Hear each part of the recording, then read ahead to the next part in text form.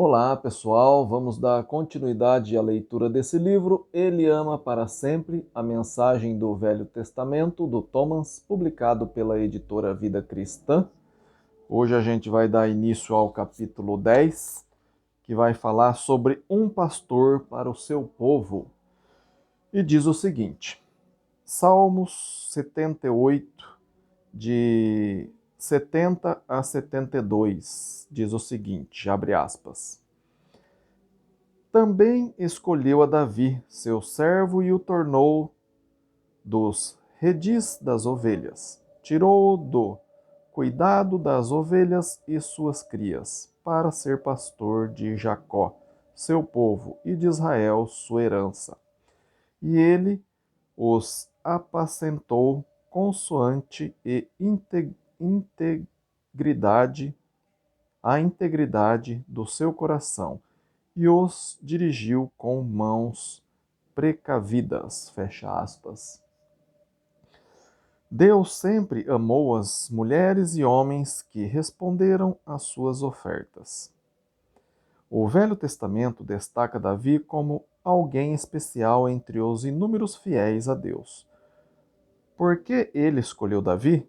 O escritor de Salmos diz que Deus o escolheu para ser o, abre aspas, pastor de Jacó, seu povo, e de Israel, sua herança, fecha aspas.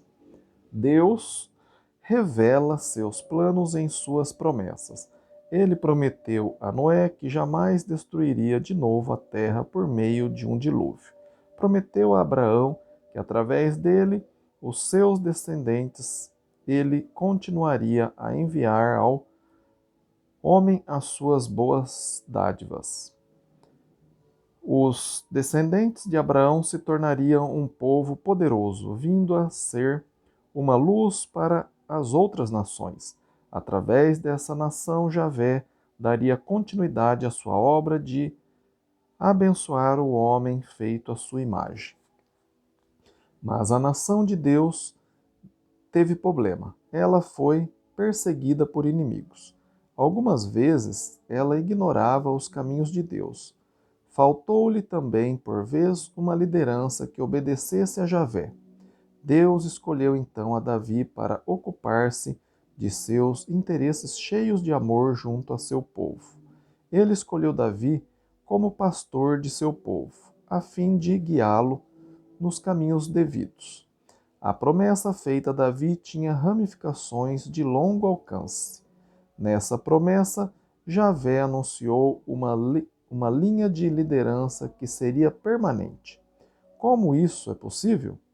Poucas nações tiveram uma dinastia por mais de 500 anos.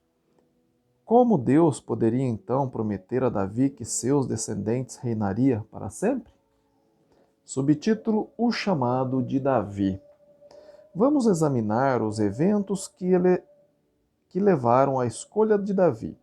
Cerca do ano de 1200 a.C., 700 anos depois da morte de Abraão, o povo de Deus estabeleceu-se na Terra Prometida depois das primeiras conquistas. Mas, mesmo com a morte de Josué, bolsões de Jebusitas, filisteus e outros permaneceram. Durante os 200 anos que se seguiram, Deus levantou líderes para tarefas específicas. Eles foram mais tarde chamados juízes: Débora, Sansão e Samuel. Javé operou poderosamente através dessas pessoas, mas houve falta de continuidade. Tempos depois, no século XI, vemos eventos de mudança agitaram o ar. Debaixo das ordens de Samuel, o exército conseguiram retomar certas cidades dos filisteus e houve paz com os amorreus. Está lá em 1 Samuel 7,14. Samuel, porém, estava envelhecendo e seus filhos não pareciam capacitados para substituí-lo como juiz, porque, como os filhos de Eli, eles abre aspas, aceitaram subornos e perverteram o direito, fecha aspas. Os filisteus os ameaçavam novamente. Para muitos, a ocasião parecia o momento acertado de indicar um rei, como as outras nações. Israel ainda não fizera isso. Israel não precisava de rei, pois Javé era o seu rei. Quando os líderes quiseram tornar Gideão rei depois de seu brilhante sucesso com os midianitas, ele respondeu, abre aspas, não dominarei sobre vós, nem tampouco meu filho dominará sobre vós. O Senhor vos dominará. Fecha aspas.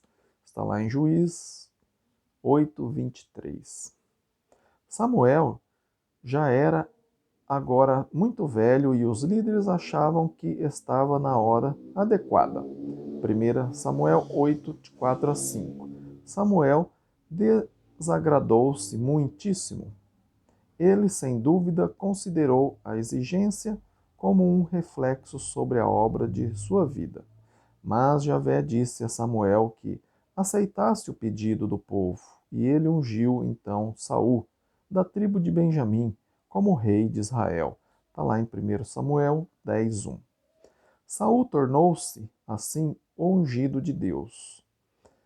Entre parênteses, Mashiach em hebraico, cujo título teria futuramente grande significado. Saul reinou cerca de 20 anos, mas bem cedo em seu reinado ele desagradou o Senhor por trazer para casa despojos de uma investida contra Amaleque. Está lá em 1 Samuel 15:10. A desculpa de Saul foi que levara os animais com ele a fim de sacrificá-lo a Deus em Gilgal. Samuel disse então uma frase que ficou célebre em toda a história de Israel, chegando até nossos dias. Abre aspas. Eis que o obedecer é melhor do que o sacrificar, e o atender melhor do que as gorduras de carneiro. Fecha aspas. Está lá em 1 Samuel 15:22. Deus cometeu um erro escolhendo Saul? Sim e não. Saul não veio a ser aquilo que Deus esperava. Nesse sentido, foi um erro. Mas mesmo aqui, o amor de Deus é evidente. Ele tem grandes esperanças em relação a toda criatura feita à sua imagem. Ele quer especialmente que se tornem grandes líderes, pastores de seu povo.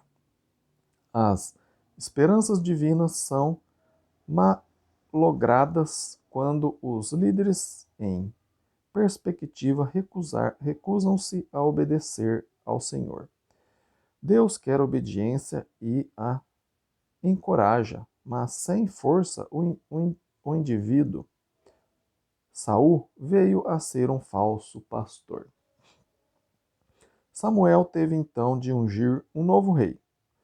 Davi, o filho mais moço de Jessé.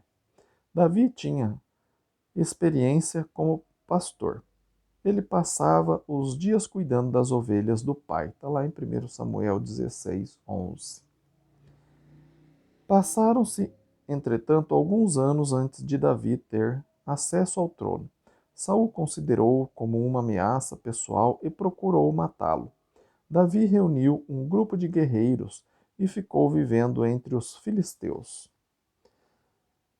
Saul acabou finalmente ferido numa batalha e matou-se. Está lá em 1 Samuel 31, de 1 a 6. Davi foi viver em Hebrom e os homens de Judá o ungiram rei ali. Está lá em 2 Samuel 2:4. Depois de vitórias posteriores sobre os filhos de Saul, os anciãos de Israel foram a Hebrom e também ungiram Davi como seu rei. Está lá em 2 Samuel 5:3. Davi passou então a ser rei de toda Israel. Vamos parar por aqui, depois a gente vai ver o subtítulo O Grande Rei, tá bem? Se você está gostando da leitura desse livro, Ele ama para sempre, a mensagem do Velho Testamento, do Thomas, publicado pela editora Vida Cristã, peço para que você deixe aí o seu like para o canal avançar mais, né? E também compartilhe, né, esse vídeo aqui para que mais pessoas aprendam a palavra de Deus. Compartilhe aí com seus conhecidos, seus familiares, suas redes sociais.